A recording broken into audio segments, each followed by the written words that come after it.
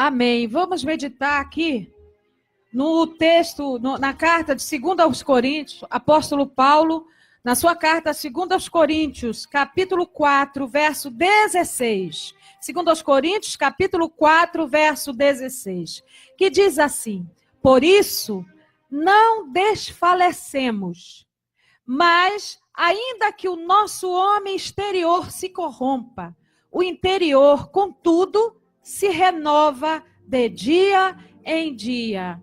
Por isso, não desfalecemos, não desanimamos. Eu quero meditar brevemente com vocês acerca do tema superando o desânimo. Superando o desânimo. Nós findamos o ano de 2018, estamos agora iniciando um novo ano. 2019 se inicia. E se nós fizermos uma retrospectiva da nossa vida, de tudo que aconteceu no ano de 2018, nós iremos ver que houve muitos momentos bons, muitos momentos de alegria, muitos momentos em que nós reencontramos amigos que há muitos anos não víamos, muitos momentos bons em família, muitos momentos também bons nas igrejas, no ministério. Enfim, houve muitos momentos bons. Mas também tivemos muitos momentos difíceis, momentos desafiadores, momentos que nos fizeram chorar, momentos de lutas, momentos de estresse, momento de embates, de guerra, de peleja, de desafios. Nós tivemos momentos inseguros, momentos de medo. Todos nós sabemos que é natural passarmos por momentos difíceis, decepções, tristezas, crise, perdas. Muitas pessoas passaram por momentos muito difíceis na sua área emocional, na sua área familiar. Muitas pessoas entraram em conflitos na sua área espiritual. Muitas pessoas passaram momentos de crise familiar, crise financeira. Muitas pessoas passaram pelo vale da sombra e da morte, numa situação de enfermidade, expectativa de uma decisão, expectativa do resultado de um laudo médico, de um exame médico. Muitas pessoas tiveram que enfrentar a dor do luto. Você imagina? E todos nós sabemos que nesta vida sempre haverá situações boas e ruins, situações difíceis. E tudo isso, até mesmo momentos de emoção boa e de emoções ruins, vem nos exaurir as forças. Muitas vezes vem nos esgotar, como uma bateria, suga as nossas forças, as nossas energias, atinge muitas vezes o nosso emocional. Muitos até se sentem abalados psicologicamente. Então, todas essas situações nos atingem. Então, nós vamos ver nesse versículo alguns pontos a respeito de como vencer o desânimo, porque todas essas situações nos sugam e nos levam a um fator chamado desânimo. E não tem coisa pior do que o desânimo. A pior coisa que pode acontecer. Nós, às vezes, enfrentamos coisas maiores, mas o desânimo nos abate. Então, mas o que é? O que é o desânimo? Primeiro, desânimo significa, a palavra desânimo significa ânima, que vem de alma. E nós sabemos que a alma é a sede dos nossos sentimentos, das nossas emoções. É a alma que se entristece. É a alma que se alegra. É a alma que sente alegria. É a alma que fica muitas vezes abatida. Então, essa palavra desânimo, ela vem de ânima, ou seja, alma. Por isso que a palavra já diz, desânimo. Uma pessoa desanimada não tem coragem, não tem entusiasmo, não tem vida em si, não tem alegria, perde as motivações, perde o entusiasmo para fazer, para realizar, para agir. É como se a pessoa estivesse sem alma. Isso que a palavra nos coloca a entender. Então a pessoa perde a empolgação, perde a alegria, perde o entusiasmo. Mas o desânimo ele pode ser ocasionado por todos esses fatores. E também o desânimo ele pode ser ocasionado pelo peso de uma responsabilidade. Peso de uma responsabilidade. Um excesso de uma responsabilidade pode nos sugar de uma maneira que pode nos causar desânimo. Por exemplo, no livro de Números, capítulo 11, nós encontramos um exemplo desse. Um grande homem de Deus.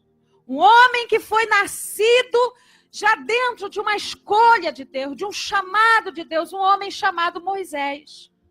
Deus o preservou a sua vida desde bebê, porque tinha para Moisés um grande chamado, ele iria ser o grande libertador do povo de Israel. E depois que ele é levantado, era um homem que falava com Deus, era um homem que tinha uma intimidade com Deus, era um homem que ouvia Deus. Mas houve um momento que depois que o povo saiu do Egito, ele sobe ao monte para falar com Deus. E o povo faz um bezerro de ouro e começa a adorar no lugar de Deus aquele bezerro. Moisés fica terrivelmente triste. Deus se ira. Houve um outro momento também que trouxe um grande desgaste para Moisés, um grande desânimo. Deus cuidava daquele povo, Deus enviava maná. Enquanto o povo, a Bíblia diz que enquanto o povo dormia, o maná caía. E no outro dia o povo recolhia e era daquele alimento, aquele maná, que o povo se alimentava. Mas num dado momento o povo começou a reclamar. Nós queremos carne, Moisés. Esse maná não tem mais graça. É só maná, todo dia é maná, nós queremos carne. A Bíblia diz em Números 11 que havia um grupo ali de pessoas que tinham se juntado ao povo de Israel na saída do Egito, que começou a reclamar e a sentir saudade, olha, veja só, saudade dos alimentos, da carne do Egito, e aí eles ficavam saudosos, lembrando, no Egito nós comíamos carne, saudade dos peixes, saudade do alho poró, saudade do pepino, saudade dos melões, saudade da comida do Egito, e começaram a influenciar o povo, a inflamar o povo, e o povo começou a reclamar, a murmurar que queriam carne. Isso sugou as energias de Moisés, esse grande líder. Você vê que o peso de uma responsabilidade, de uma liderança, muitas vezes vem acontecendo tantas coisas com a gente, que às vezes, de repente, eu estou falando para alguém que é um líder, que tem um grande ministério, e que está lidando com um povo que, apesar de você fazer tudo, se doar, se dedicar pela obra e por este povo, o povo está sempre murmurando, sempre reclamando, sempre jogando pedra. Isso suga as suas forças. Isso levou Moisés ao desânimo. E não é diferente conosco. Moisés chegou com Deus e disse assim: porventura eu sou babá desse povo? Se tu achaste graça, se eu achei graça diante de ti, Senhor, tem misericórdia. Esse povo quer carne, reclama de tudo, não quer mais maná. Eles querem carne, e de onde eu vou tirar carne para dar a esse povo? Moisés ficou esgotado. Moisés ficou desanimado, porque os versículos seguintes, de número 11, vão nos informar que Moisés disse: olha, Senhor, se for para eu carregar esse povo, reclamando, me pedindo carne, eu não tenho de onde tirar carne. Se for para eu levar esse povo insatisfeito, reclamão, murmurento, tira a minha vida que é melhor para mim. Então, o desânimo fez isso com Moisés. E o desânimo muitas vezes faz isso conosco. Mas sabe o que eu acho lindo? Que Deus não deixa, ele entende o teu momento de desânimo. Você não está pecando por sentir desânimo. Moisés sentiu e foi muito sincero com Deus. Então me mata logo, Senhor. E aí Deus disse assim: tá bom, Moisés. Separa 70 homens. 70 homens comprometidos. Separa, porque eu vou tirar do espírito que está em ti, vou colocar em cada um. Vou capacitar cada um para te ajudar. E Moisés separou 70 homens. Homens reconhecidos como autoridade e líderes. Lá na nação de Israel. Lá no meio de Israel. Para ajudar na liderança. Então, da mesma forma, meu amado, minha amada, Deus vê, Deus compreende quando o desânimo quer lhe abater. E Ele tem uma solução para você. Esta é a palavra para a tua vida hoje, para a minha vida também. Porque enquanto eu ministro aqui para vocês, Deus está ministrando no meu coração. Quantas vezes nós lutamos contra o desânimo? Quantas vezes? Quantas vezes? Você tem que sair para ministrar. Você tem que sair para pregar. Você tem que sair para dirigir o culto, para pastorear. Mas o desânimo está te segurando, querendo te abater, te amassar, querendo te parar. Deus tem esta palavra para a tua vida hoje. O Deus que preparou e que deu uma resposta, que deu a Moisés uma solução para aquele grande homem não parasse. Para aquele grande homem, para que ele retomasse as suas forças. Deus tem uma vitória este ano de 2019 para a tua vida. Deus está nesta hora renovando as tuas forças. Imagina só. Se Deus ouve a oração de Moisés e diz assim: Moisés, tá bom, você está desanimado, mas Deus não é como é o homem. Você está desanimado, eu vou te preparar e vou te recolher, vou te levar. Você descansar. Vou colocar outro no teu lugar. Não. Deus disse: eu vou separa. Você escolhe. Você escolhe. Deus vai te dar a direção. Deus vai te dar a direção. Do que você fazer. Do que você deve fazer. Como você deve agir. E Deus, com a sua graça e com a sua misericórdia, irá agir através dessa direção que Ele vai te dar. Não é tempo de, apesar do desânimo te abater, você parar. Deus está dizendo: vou preparar algo. Louvado seja Deus. Para te ajudar. Para continuar nesta jornada. Neste ministério. Talvez seja até na família. Você é um pai, uma mãe. E você vê no meio da família conflitos, no meio dos filhos. Conflitos, cada um tem sua ideia, cada um tem sua maneira de pensar, de agir, e reclama, e nunca nada do que você faz está bom. Nesse momento você se encontra abatido pelo desânimo. Deus vai te dar as estratégias, Deus está renovando as tuas forças. Reage, levanta e continua à frente, porque Deus está contigo. O segundo exemplo de desânimo também é Jeremias. Jeremias nos traz que o desânimo também pode ser ocasionado por enfrentar constante reprovação. Você já lidou com situações que o tempo todo, que o que você faz, o que você canta, o que você prega, está o tempo todo enfrentando reprovação? Isso leva a um desânimo extremo. Deus havia chamado Jeremias para um grande ministério. Mas o povo de Judá não aceitava Jeremias como profeta, não aceitava a mensagem que Jeremias pregava, porque o povo estava numa terrível apostasia, em rebeldia contra Deus e contra as leis de Deus. Tudo que Jeremias pregava era repudiado. Tudo que Jeremias falava era repudiado, era desprezado. Ao ponto de, no capítulo 15 de Jeremias, verso 10, Jeremias diz assim: ai de mim, minha mãe, por que eu nasci? Por que me deste a luz? Por que tu não me abortaste? Olha o desânimo que abateu o profeta Jeremias. Ai de mim. Capítulo 20 de Jeremias, verso 18, ele diz também: por que eu saí da madre, da minha mãe, só para ver trabalho, tristeza? É isso que o desânimo faz comigo e com você. É isso que o desânimo faz.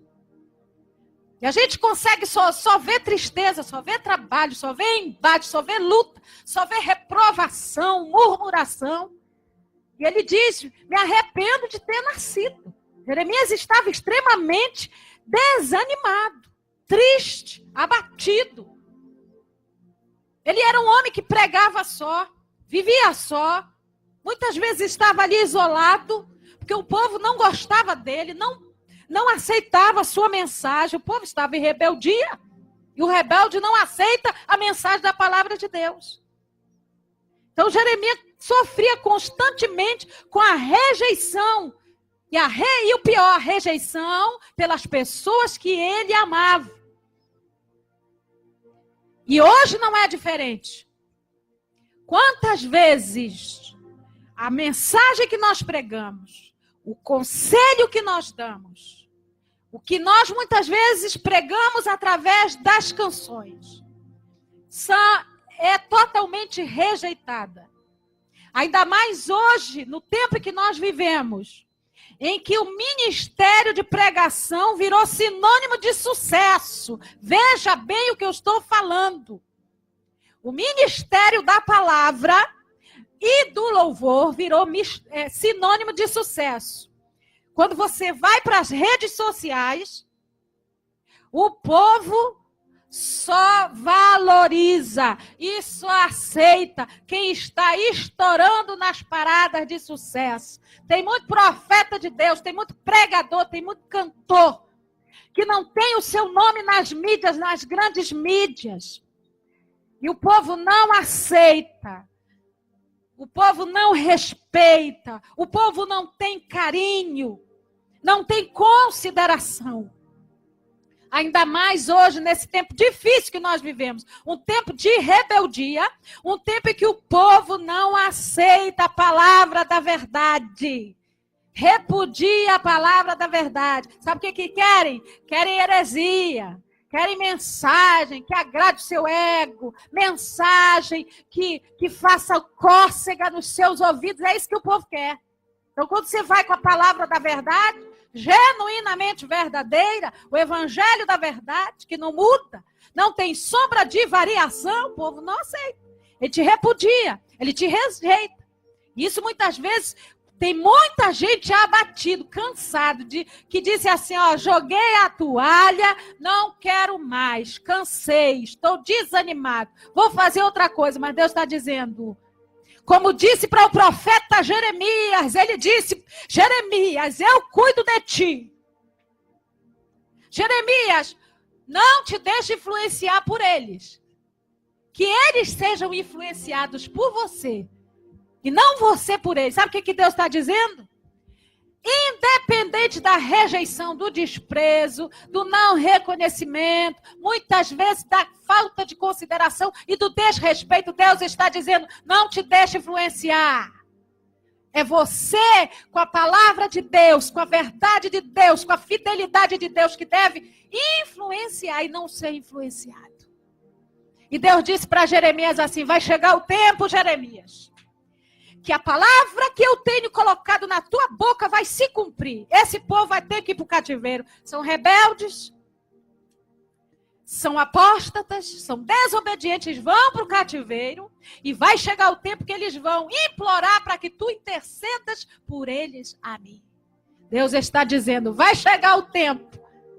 Não desanime, que Deus está contigo nesta peleja. E último lugar, terceiro e último lugar. Há um remédio para o desânimo. Quais são os remédios? Quais são, aliás, os remédios para o desânimo? Primeiro, o remédio para o desânimo é reconhecer que nós enfrentamos e que é normal, todo mundo enfrenta um momento de desânimo. João capítulo 16, o verso 33, Jesus previu isso dizendo, no mundo tereis aflições, mas tende bom ânimo. Sabe que Jesus é o nosso maior exemplo. Nós devemos ouvir e observar como Jesus lidou com o desânimo. Jesus não se deixou abater pelas perseguições. Era fariseus, saduceus. Engraçado que fariseus e saduceus eram dois grupos que eles eram, vamos dizer assim, rivais entre si em muitas coisas. Mas na hora de perseguir Jesus, eles, se uniam. Se uniam só para perseguir Jesus. Mas isso não desanimou o mestre. E ele disse, eu venci o mundo. O que esperava Jesus? Não eram glórias humanas.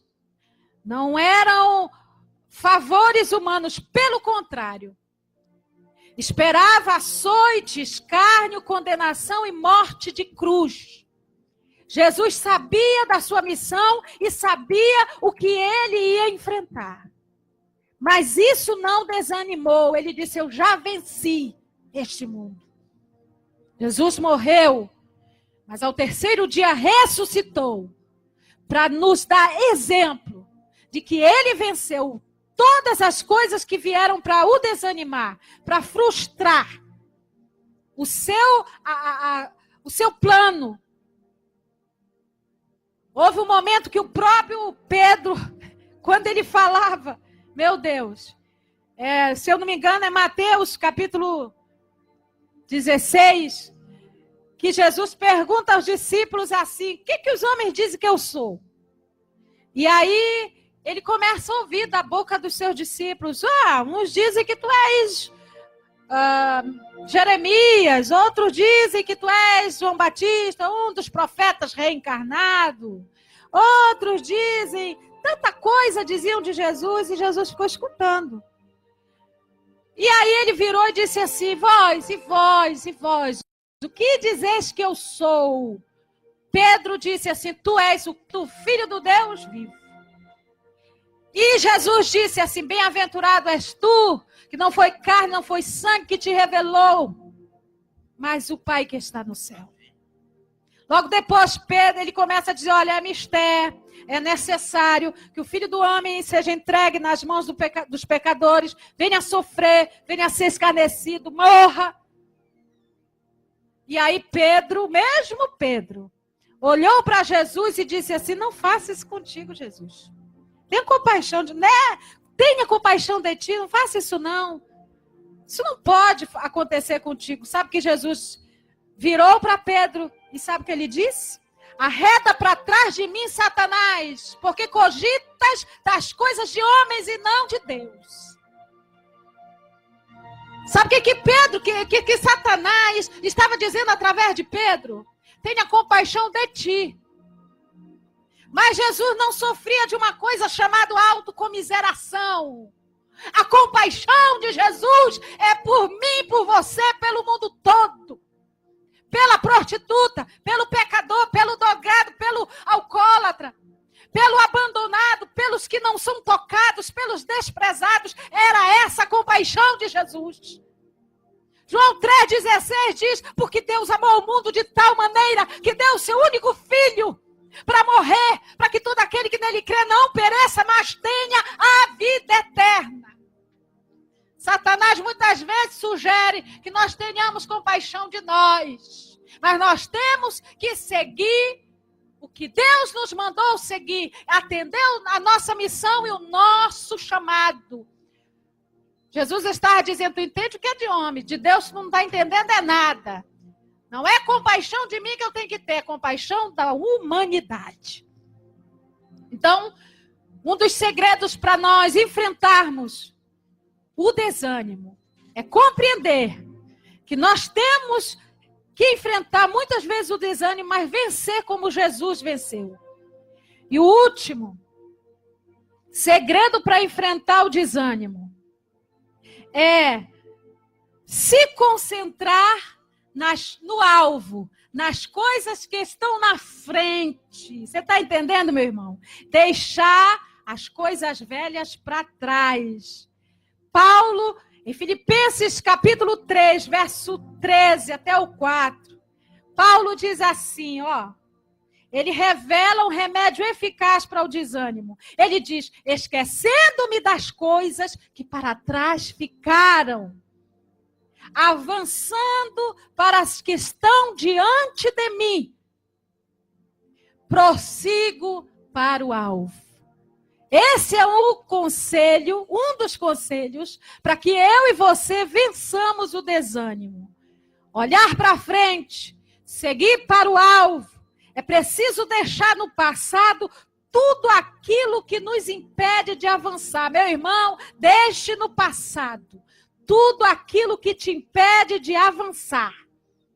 Você precisa se desvencilhar, se desatar, se desamarrar de tudo que atrapalha você continuar essa caminhada.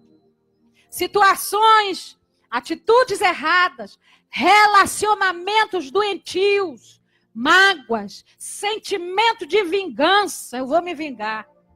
Tem gente que vive assim o tempo todo, está agarrado lá no passado. Eu vou me vingar, eu tenho que fazer alguma coisa para fazer algo para me vingar daquela pessoa que me fez mal. Deixe isso no passado. Vingança, pensamentos doentios, pensamentos ruins, deixe no passado.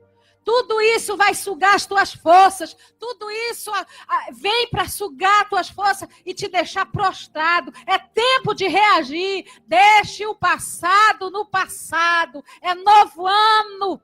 É ano de novas coisas, de novos projetos, de nova perspectiva, de viver coisas novas para Deus. Eu vou encerrar dizendo uma palavra. Abra as cortinas, limpe a tua alma, a tua mente, o teu coração. Varra as cinzas das mágoas e de todo o sentimento que amassaram a tua alma, que machucaram teu coração, que machucaram a tua alma, que te tentaram parar, que amassaram a tua autoestima. Varra isso. Abra as cortinas, olhe para o alvo, tenha uma meta e viva o melhor de Deus, viva o melhor em Deus, em nome de Jesus. Deus abençoe você neste novo ano, Deus abençoe a tua vida, amém. Glória a Deus.